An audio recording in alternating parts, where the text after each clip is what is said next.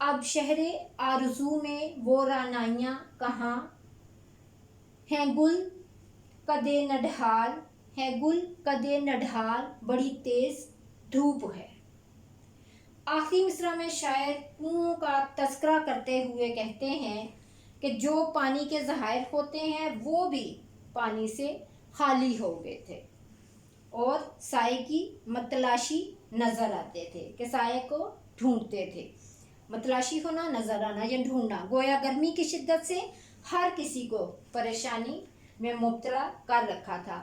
عزیز طلباء و طالبات، اب ہم چلتے ہیں بند نمبر 4 کی جانب، جو کہ کچھ اس طرح سے ہے۔ کوسوں کسی شجر میں نہ گل تھے نہ برگو بار، کوسوں کسی شجر میں نہ گل تھے نہ برگو بار، ایک ایک نہل جل رہا تھا صورت چنار، ہنستا تھا کوئی گل نہ لہکتا تھا سبزہ زار، کانٹا ہوئی تھی سوکھ کے ہر شاخ باردار، گرمی یہ تھی کہ زیست سے دل سب کے سرد تھے، پتے بھی مثل چہرہ مدکوک زرد تھے۔ عزیز طلباء و طالبات، اب ہم چلتے ہیں اس بند کے مشکل الفاظ کی جانب، جو کہ کچھ اس طرح سے ہے۔ کوسوں، کوسوں کا مطلب ہے بہت دور تک، برگوبار پتے اور پھل، نخل، نخل کہتے ہیں بلند درخت کو، صورت چنار سرخ رنگ کے درخت یعنی کہ چنار کی طرح، سبزہ زار ہرا بھرا جنگل، سوکھ کمزور، شاہ باردار پھل والی شاخ، زیست زندگی، مثل کہتے ہیں مانند، اور چہرہ مدکوک تپے دق کے مریض کا چہرہ، تپے دق جو ہے اس طرح سے جو نشان پڑ جاتے ہیں اس بیماری میں، اس کو کہا جاتا ہے۔ عزیز طلباء و طالبات، اب ہم چلتے ہیں اس بند کے مفہوم کی جانب، جو کہ کچھ اس طرح سے ہے۔ بہت دور تک درخت پھل پھول اور پتوں سے محروم تھے، درخت گرمی کی تپش میں جل رہے تھے، کسی پھول کے چہرے پر مسکراہٹ نہ تھی، چراگاہیں ویران تھی، پھلوں والی شاخیں سوکھ کر کانٹا ہو گئی تھی، گرمی کے مارے سب کے دل سرد ہو گئے تھے، پتے تپیدق زدہ چہروں کی مانند منظر پیش کر رہے تھے۔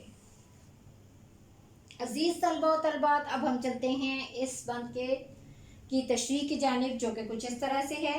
میر انیس میدان کربلا میں گرمی کی شدت کو بیان کرتے ہوئے کہتے ہیں کہ بہت دور تک کسی درخت پر کوئی پھول پھل اور پتے نظر نہیں آ رہے تھے، سورج کی تپش نے درختوں سے ان کا حسن اور زیور دونوں چھین لیے تھے۔ دوسرے مصرع میں شاعر بلند و بالا درختوں کا تذکرہ کرتے ہیں کہ بلند درخت اپنے طول کے سبب سورج کے قریب ہوتے ہیں، طول کے بلند کے وہ بلندی ہوتی ہے، بلند ہوتے ہیں، زیادہ لمبے ہوتے ہیں، اس وجہ سے سورج کے قریب ہوتے ہیں، گویا ان کے چہروں سے مسکراہٹ روٹ چکی تھی، دوسری طرف چراگاہیں اور ہرے بھرے جنگل لہک سے محروم ہو چکے تھے۔ بقول شاعر، دھوپ نے جھلسا دیے سب ننھے پھولوں کے بدن، دھوپ نے جھلسا دیے سب ننھے پھولوں کے بدن، اور کلیوں کے لبوں سے مسکراہٹ چھین لی۔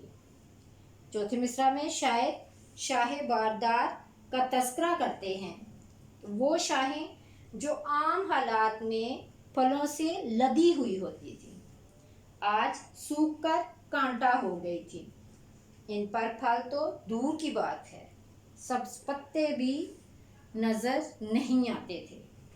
پانچویں مصرع میں شاعر دونوں یا دلوں کی دھڑکن کو ساکت کر دینے والی گرمی کا تذکرہ کرتے ہوئے کہتے ہیں کہ گرمی ایسی غضب کی پڑ رہی تھی کہ تمام مخلوق کے دل تھم گئے تھے، ان کی سانسیں اکھڑ رہی تھیں بقول ساغر صدیقی۔ چکرا کے گر نہ جاؤں میں اس تیز دھوپ میں، چکرا کے گر نہ جاؤں میں اس تیز دھوپ میں، مجھ کو ذرا سنبھال بڑی تیز دھوپ ہے۔ چھٹے مصرع میں شاعر درخت کے پتوں کا تذکرہ کرتے ہوئے کہتے ہیں کہ سورج نے سبز پتوں کو زرد لباس پہنا دیا تھا۔ وہ دیکھنے میں تپیدق کے مریض کے چہرے کی منظر کشی کر رہے تھے، جس طرح تپیدق انسانی چہرے سے رونق چھین لیتی ہے، بالکل اسی طرح سورج کی تپش نے پتوں سے ان کی رونق چھین لی تھی۔ عزیز طلباء و طالبات، آج کا ہمارا لیکچر نمبر 10 یہیں پہ اختتام پذیر ہوتا ہے۔ نیکسٹ لیکچر کے لیے، لیکچر نمبر 11 کے لیے ہم دوبارہ حاضر ہوں گے۔ اس وقت تک کے لیے اجازت دیجیے۔ اللہ حافظ۔